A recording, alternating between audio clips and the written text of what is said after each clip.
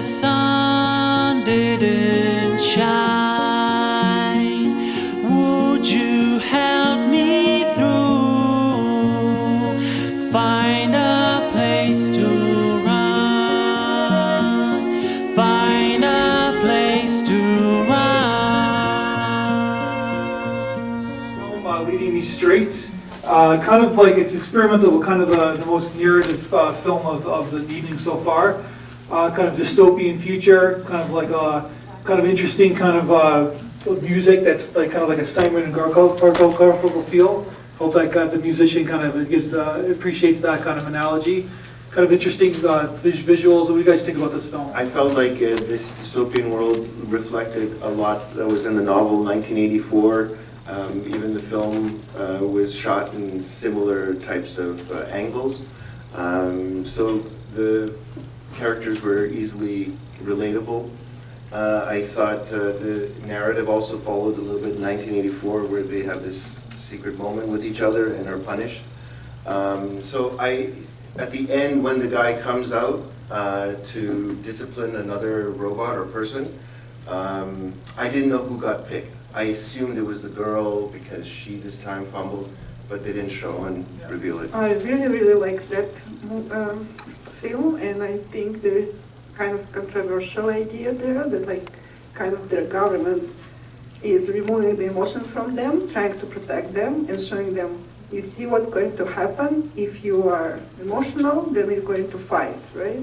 So this idea is very controversial though, right? Because they have different kinds of emotions. So I'm still trying to understand what the authors are trying to tell us here, but I think this is very good movie to think about.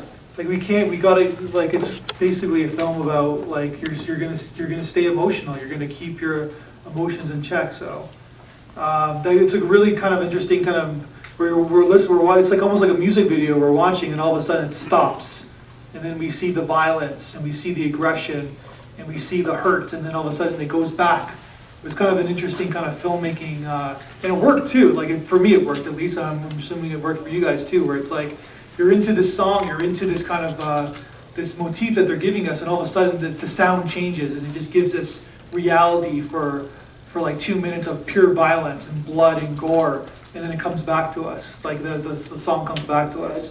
Like most of the film was kind of in grays and kind of almost colorless, and then those splashes of blood were pretty blood red. And I kind of liked the creepiness of this kind of sort of eerie, kind of surreal existence with kind of sweet music.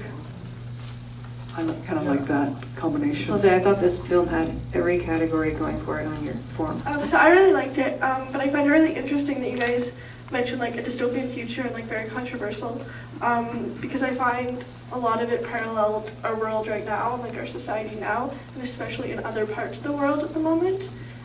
So I find it very interesting that you guys are like thinking about it more in the future, because I think it's got a lot of parallels at the moment. I agree. Yeah. Does she agree? Do you agree? Yeah. That's why it's so effective. Yeah. Yeah. Kind of a very powerful film.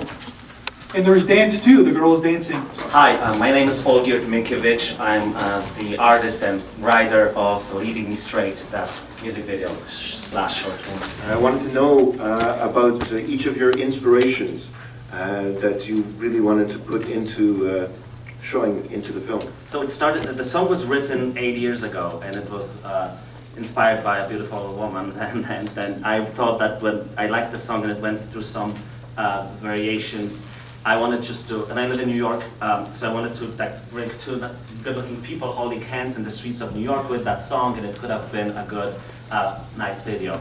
But then it went a little further than that. The juxtaposition of this, somebody mentioned 1984, obviously, and like Brave New World, Aldous Huxley, and there's a few others, and it's all this this Kafkaesque, like the trial, all that. This is. And then yes, we wanted to do something. Burke Hefner was the director of that movie, who's a phenomenal human being, and he is working on Top Chef and Project Runway, and a dear friend of mine as well, without whom it wouldn't have ever even happened, and so very grateful to that. I wish he was here. What you were hoping the audience would get out of these? That's a great question. I heard like different why they didn't show. I mean, why we didn't show who the guard is following. Like it's open to like it's like somebody mentioned controversial. It wasn't meant to be political, but it has all those a few of those different venues it can go. So for somebody just to leave and think about it for a minute would be a great achievement, and then maybe listen back, watch it back. That's great. That's when you gave something out, you created something.